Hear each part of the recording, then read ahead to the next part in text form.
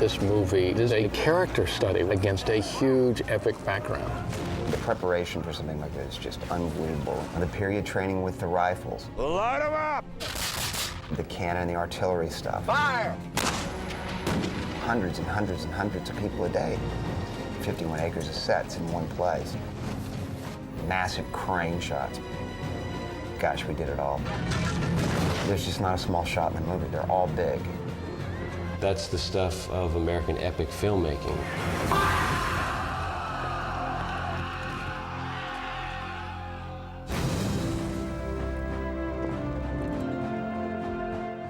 When I first got here and I walked on this set, I got a chill up my backbone like I can't describe.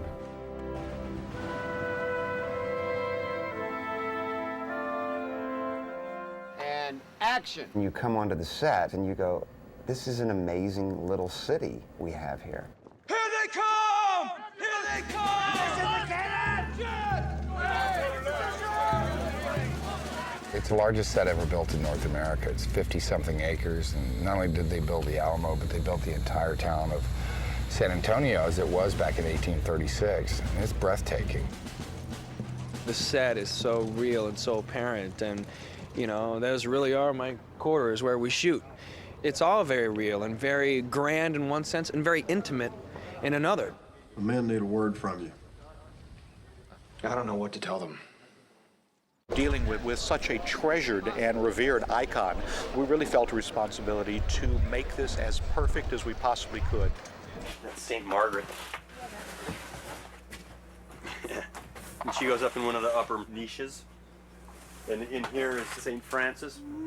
Francis had two gifts, prophecy and the ability to inspire passionate devotion. We strive for accuracy and authenticity. You know, it's important when you do a period film that you lend yourself to the historical significance of what you're doing. There is tremendous heart and soul that went into this, and not only from our Los Angeles crew, but certainly from our Texas crew here, who really felt that they were doing something that sort of touched them in ways that no one had really expected here. Our sculptors and our plasterers would go to San Antonio every weekend on their days off and photograph and sketch the little details that they were about to execute the next week. All of the work that's gone into building this set, it's clearly not just a job, not just another movie. Our philosophy about photographing this is to not do anything on stage, but to imagine that we have come upon this town and shoot these things as practical interiors. So when we're inside these interiors, we are not looking out into backings, we're actually looking out into the life of the town in every instance. No stage work here. Colonel, we're gonna need more men. It makes our job that much easier in a sense, but that much more to just kind of get into it when you're in rooms that are actually, you know, decked out, and it's not actually empty. And when you can walk out and the real Alamo is built to scale and Behar is built to scale, and you have practical sets like this with the detail of a studio set, but you can walk right outside into a real life courtyard, I think there's an intangible sort of magic that comes with that.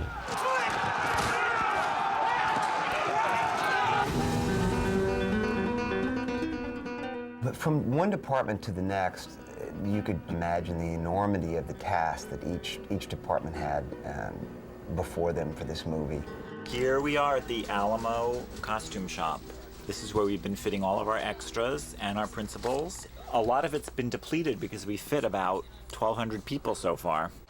The scope of this production is immense. You know, outfitting the Mexican army is a big task in itself, and that's only one portion of the movie. We made this vest that is actually at the Alamo. There is the actual vest that was Davy Crockett's, and we copied it. It's all Indian embroidery. William Travis, he was kind of a dandy. There's a story that he ordered a uniform when he was made commander of the Alamo, but of course it never arrived in time. So we tried to give him a regular jacket that sort of lent him an air of authority. If people had a misconception that this was a Western, I tried to dissuade them of that notion as quickly as possible. It's top hats and tailcoats. One of our historians says it's Charles Dickens meets the Wild West. The Mexican army was very elaborate, especially the generals. They're all modeled after Napoleonic uniforms. You want them all the belts to be crossed, the brass thing to be in the center, so that they all look good and sharp and fearsome like an army should. So it was not very functional for the war, but hey, it looked good, you know? So looking good is 50% of the battle, that's it. Once you put on the costume, you can't help but get in character. Once you put the hat on, see, look, now I'm just Joseph. Now I'm Colonel Juan Morales. See the difference? It's quite the peacock, isn't it? From cannons to guns to the dead body dummies, all people's personal things, jewelry for the women, earrings, rosaries.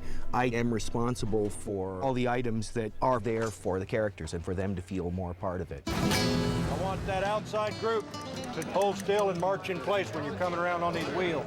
This is a copy of the original manual as used by the Mexican troops in 1836. We found an original copy of this in Mexico and made these available to all of our trainers. They come around that building right there. I'm a military historian. What I do here is I try to be present for large military scenes. We come up with John Lee and we say, this is what it looked like historically, and then John Lee can make his decisions artistically based on that. If Santa Anna were here, then the first thing is 2 lines, you know, is cavalry, then followed by troops. Then we have the color guard behind him. And then the camera pulls back, and you can see a whole plaza full of soldados. We choreograph every particular battle scene, and we do it historically accurate.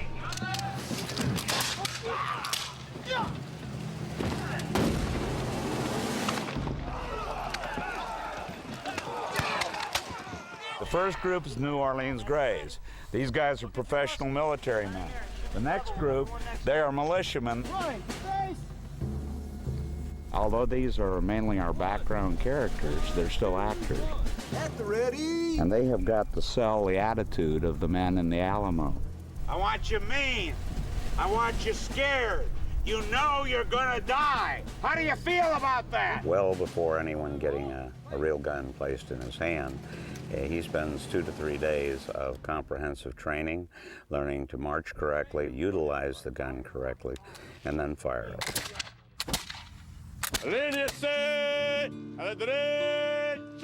I'm a reenactor, so I trained, I probably trained a good portion of these fellas.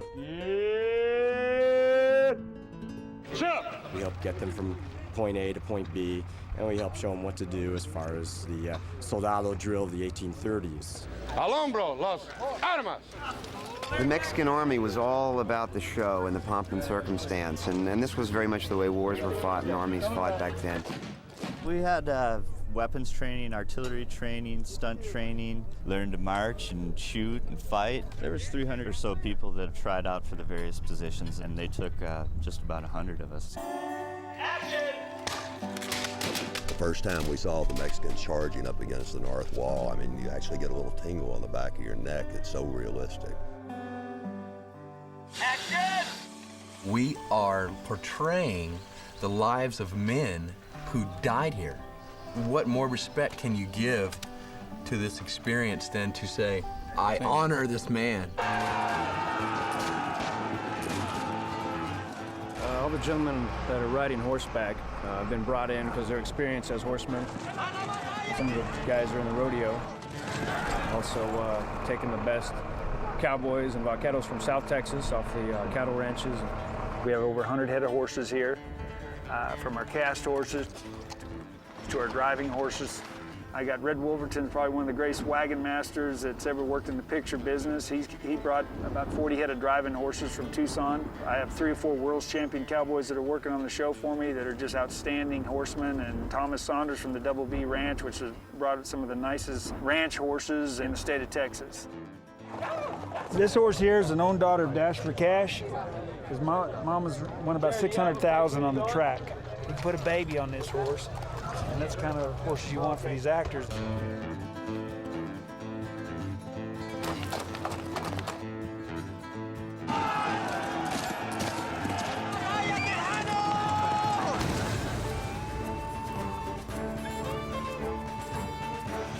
I have on this truck alone over 500 weapons. Issuing and collecting is just like dealing with an army. These are not props, they are weapons. Every gun that we have on this set is functional. It could actually fire a projectile and kill someone. There's no way to do a blank load in a muzzle loader. The gun that I'm holding is a Brown Bess carbine, the standard arm of the Mexican Army. The cartridge is buck and ball. It had a 72 caliber round ball and 3 36 caliber round balls nested on top of it. So with every shot, what you were getting was 4 balls going down range. The firepower was massive. But militarily speaking, it was about 85% reliable. Damn it! He'll use the gun to parry the sword if the guy gets to it. We work with our hero characters, helping them walk the walk, talk the talk, hold the gun properly. When you shoot him, it's boom and let it kick up like that. Boom, like that, come right straight up like so. Because it will. It would recoil down at that angle. How's this on the rifle? Okay. Oh, I love it. Oh, yeah.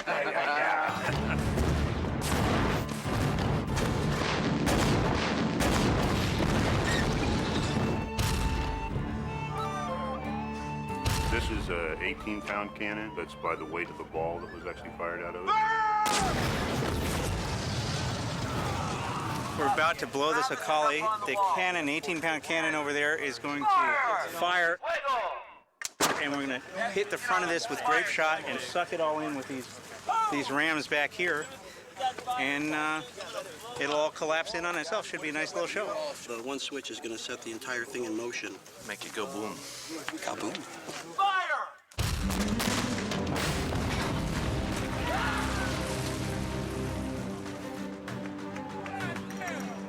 It was beautiful. It blew into a million pieces, just like on the script. This is the secret part of the Alamo. We're inside the wall. This is one of the hits in the wall. We've got a steel mortar here. We've got our shotguns back here to blow all the debris after we get the hit. We're dancing back here on that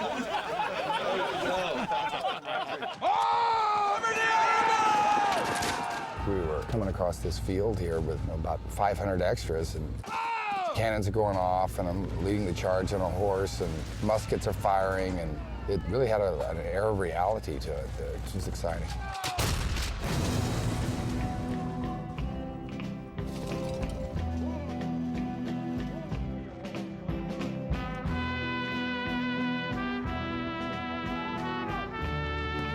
When we were prepping the movie, we had a lot of discussions about visual effects versus trying to get things in camera without visual effects. And it's always preferable, obviously, if you can get things in cameras. And so Dean Simler, the DP, and I worked very closely together in trying to determine which lenses, which angles would allow us the maximum enormity of the shots. Haven't used the strata crane before, this is the first time. And today it's at 85 feet. Tomorrow we've got a shot where the flag gets raised. We'll be able to see from the top of the flag all the way down across Behar, all the way through to the Alamo.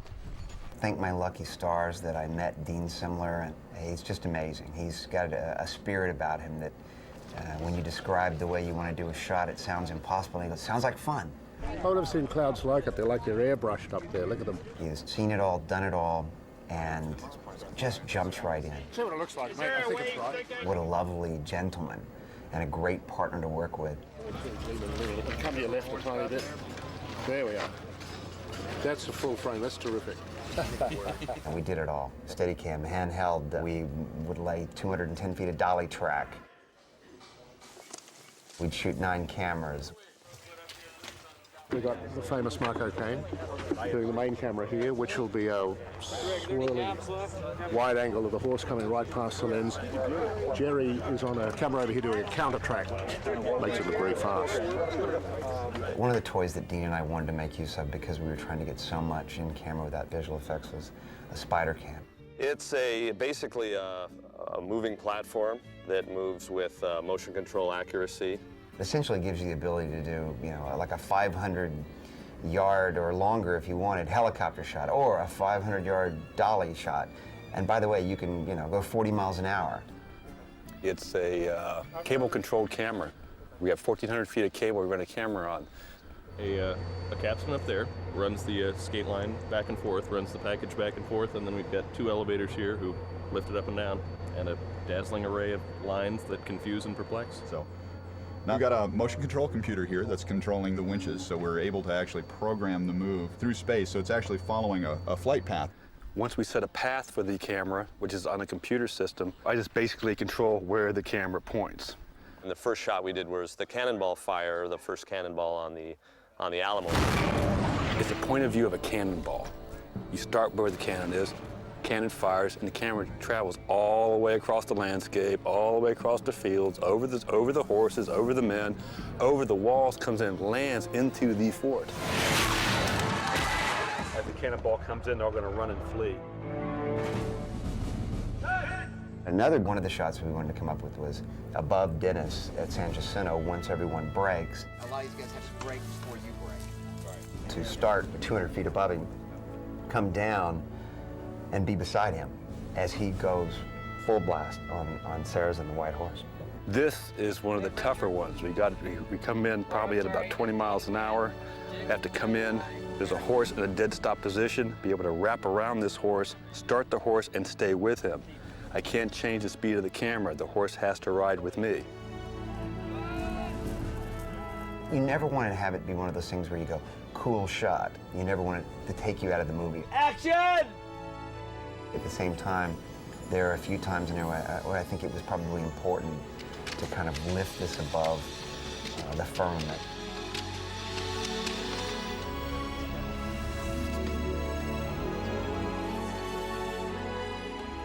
Right behind us right now, we have flares, we have muskets firing, we have simulated cannons firing, and we have hundreds of Mexican troops storming into the Alamo.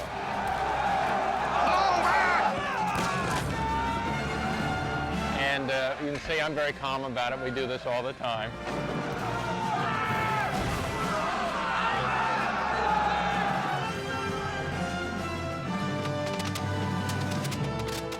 It's a throwback of those big DeMille movies that the detail and the size and the grandeur you see exists. I think you want to capture it, call it the old-fashioned way or classic movie making. You are kind of waging war. Thankfully, I was surrounded with people that are really, really dedicated. Remember the Alamo! I think that's the glory of this movie, that it's so real.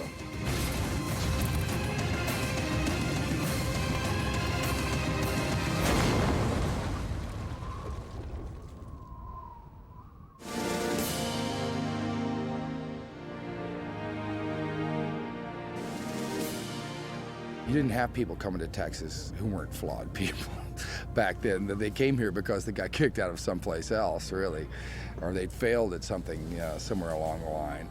All these components that make the Alamo personality. There's a seasoned veteran like Crockett. There's a kind of dangerous knife fighter, slave runner like Bowie. There's a young idealist and up-and-comer like Travis, along with Sam Houston. When you put these people together, they create one personality, the personality of Texas in 1836. A lot of these men, they needed to be reborn, so they came to Texas to be reborn. I think they forgot that to be reborn, you have to die.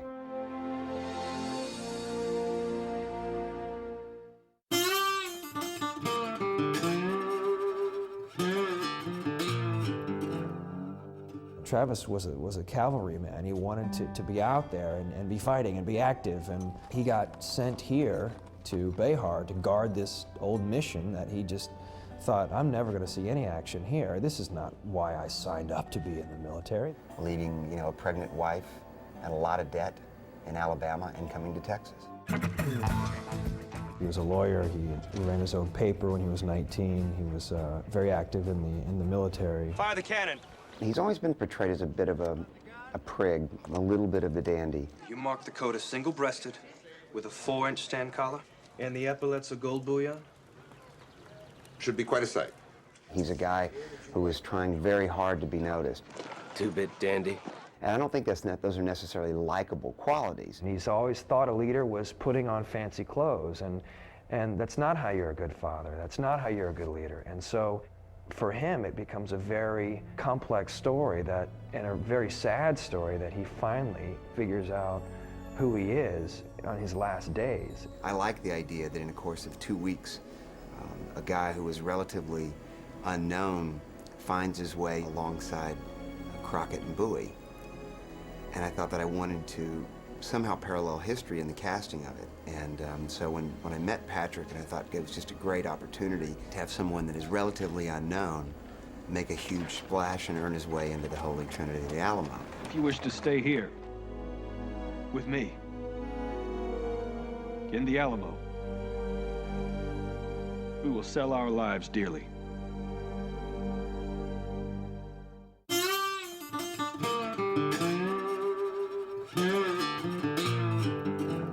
Jim Bowie has always been an enigma.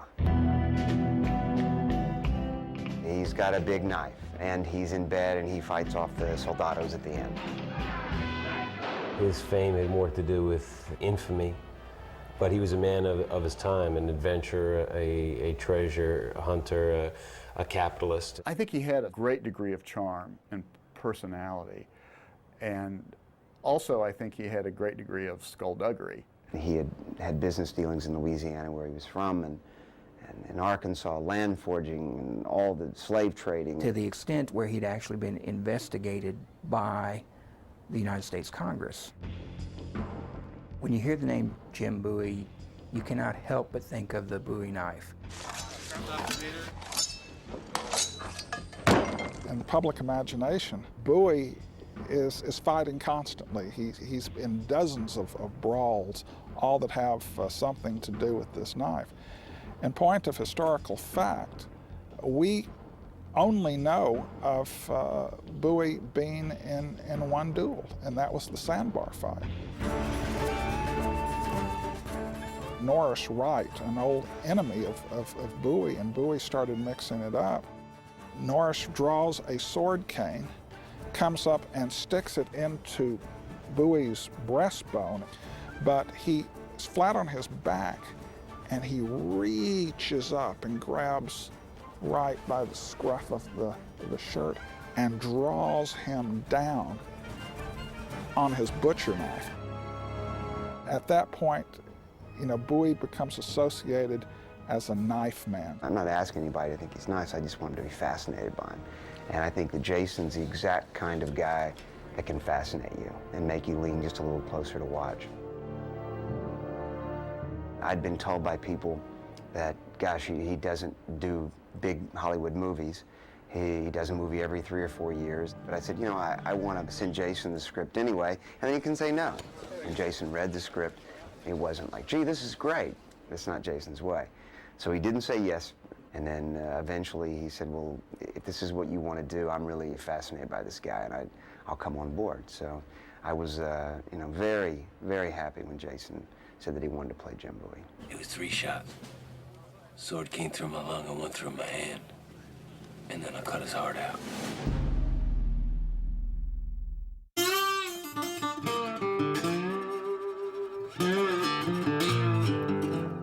Sam Houston was born in Virginia in 1793. While he was still a boy, his brothers tried to make him work in the family store, which did not appeal to young Sam at all. He ran away from home and lived with the local Cherokees, and thereafter had a foot both in the Indian world and the white world.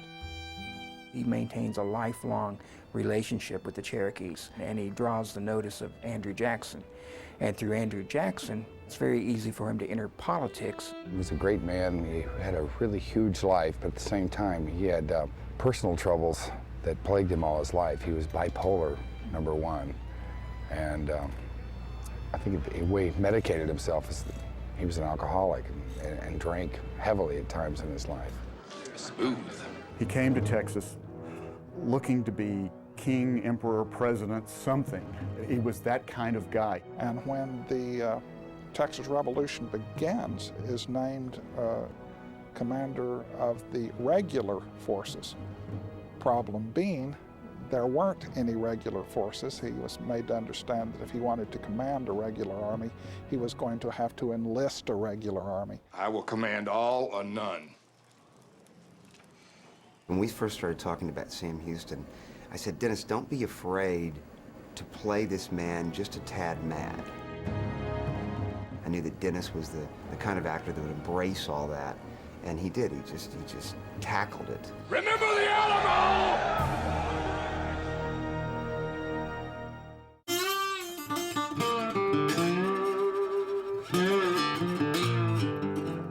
Davy Crockett represented in his own time the self-made man. David Crockett was born on the frontier in East Tennessee. Father was very poor, had trouble making a living. When his father decided to send him to school, got in a fight with one of the boys, was afraid to tell his father, and ran away. Was gone for about 2 years. He tried farming, he tried starting a tavern, but what he was really good at was hunting. And his hunting abilities did him very well in the Creek War when he was a scout in the Tennessee militia. He was proud that he served, but he wasn't a person who enjoyed the carnage of the battlefield. He was appalled by that. And with the popularity of his war record, of his hunting exploits, and his ability to entertain, these are things that are custom made for a frontier politician. You figure this new republic's going to need a president? He was a guy who liked to hold court. He liked his friends, liked to be around people. I said you all can go to hell. I'm going to Texas. He was a guy who was ambitious. He wanted to be successful, and I think he wanted to be a hero. No one could be what Crockett's legend portrayed him. While he was alive, they had him wrestling Halley's Comet out of the sky and throwing it back into the stratosphere, killing hundreds of bears in a single season, having a pet bear that he would sit down at the dinner table and smoke and chat with. I mean, he was already a Herculean figure. Davy Crockett was kind of like a rock star in his day. I mean, he was like a legend in his own lifetime. But all of a sudden, he was in this situation that wasn't entertainment anymore. If it was just me, simple old David from Tennessee, I might drop over that wall some night and take my chances. But that Davy Crockett feller, they're all watching him. That's what makes this character really interesting and somebody that Billy was able to really embrace. And I think he was just channeling Crockett from day one. It was amazing to watch. Billy's playing Crockett in a similar way to his own personality. Billy can do all the Hollywood stuff and do the quips and be the funny guy and be the rube if people need him to be, because that's his persona, and that's very much like Crockett. At the same time, there was another darker, conflicted human being that was trying to figure out what that man underneath that supposed fur cap was. And I think that you can see Billy wrestling with those things at the same time in his own life. Nothing in the last quarter century in terms of the Alamo, and certainly in terms of Davy Crockett, has been more controversial than how did Davy die? The heroic legend of Crockett's death at the Alamo, swinging old Betsy like a mighty club like he does in the Disney film. And this officer, Jose Enrique de la Pena, says that Crockett was captured along with a handful of other Alamo defenders and was executed on direct order of Santa Anna. I thought he'd be taller. I think Davy Crockett's a hero. And I don't think there's anything less heroic about being executed than going down swinging.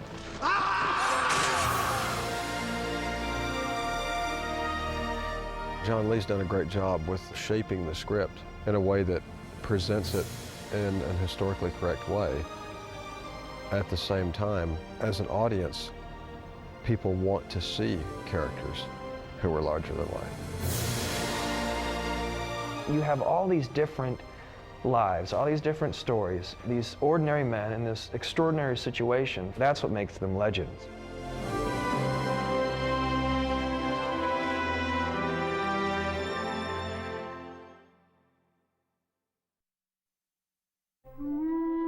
I'd like to ask each of you what it is you value so highly that you are willing to fight and possibly die for. We will call that Texas. I don't think any of us could look ourselves in the mirror in the morning if we made the Alamo any place other than Texas.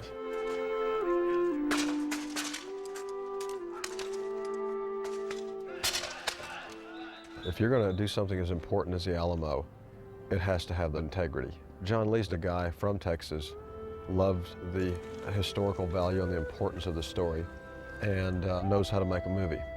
A presence there is pretty good. Well, I grew up in Texas, and several summers were spent on trips to San Antonio, and you'd always go to the Alamo, and I had memories of it being a really special place.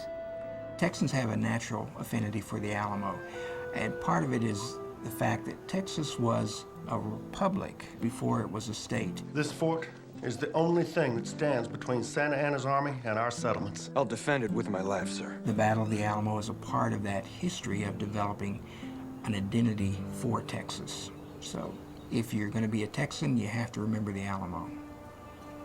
Well, I grew up in Houston, Texas.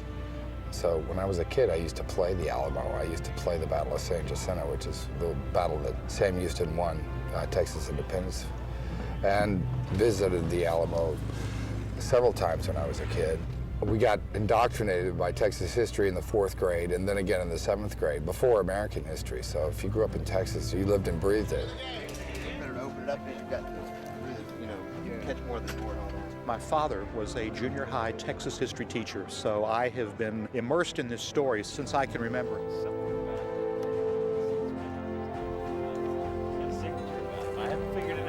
If you're Texan, the Alamo and all these characters, just people grow up with that. So it's a major part of not only their history, but their identity, and these are icons to them.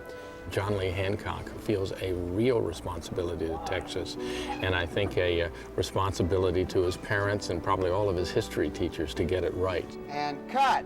I love that reading. Actually, my fear of taking the movie at the start was because I was from Texas. Yeah, knowing they're going to die, it loads up the scenes of their lives so much because you know they're going to die.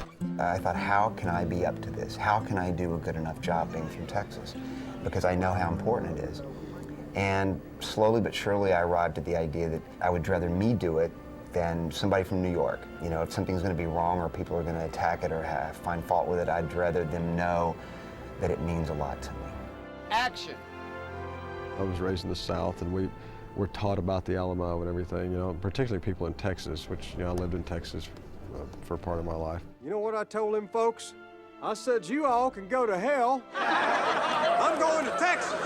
Creating this has really been a very moving experience for everyone involved.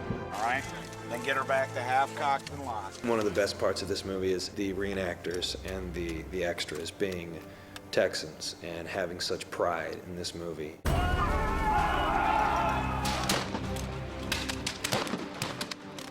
All the extras, they took a name of somebody who was really there. William Lynn. Henry Cortman. Jackson J. Rusk. Joseph M. Hawkins died at the Battle of the Alamo. There's actually a biography for each one of the 180 men who died at the Alamo. And I went through each bio and kind of identified which group each one of these defenders would have been in. And so that way, when I brought it out to the set, guys could go through the names and the places of origin, read about their bios, and say, okay, here's the guy that I want to play in this movie.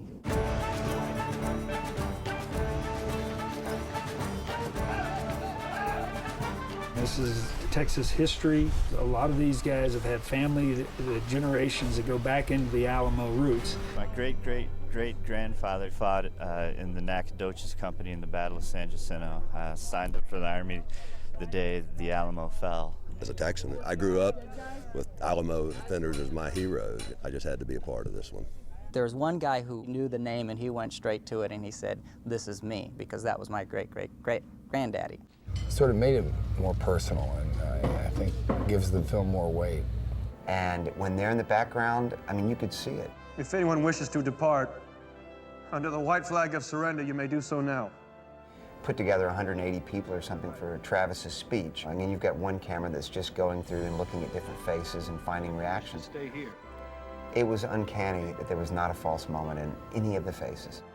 So it became very real for a lot of these guys.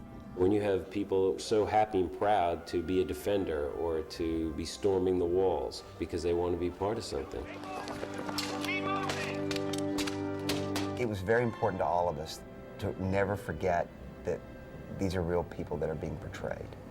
The spirits of these men, we always felt were very much alive and with us. I have waited 27 years to come back to Texas and make a movie, and I think this was well worth the wait. I've never worked on a movie where every person there not only wanted to be there, but loved being there. They felt like they were making a piece of history.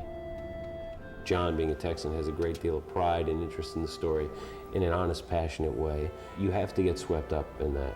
I do care, and I believe in the story. And I think that the other people involved, from Michael Kornbluth, the Texan, to Dennis Quaid, a Texan, we all feel the same way. People can find fault with whatever they want to find fault with, but our hearts were always in the right place. And this was the most important story growing up to all three of us. And it's rare when you have a movie like that. Texas. And cut. Very nice.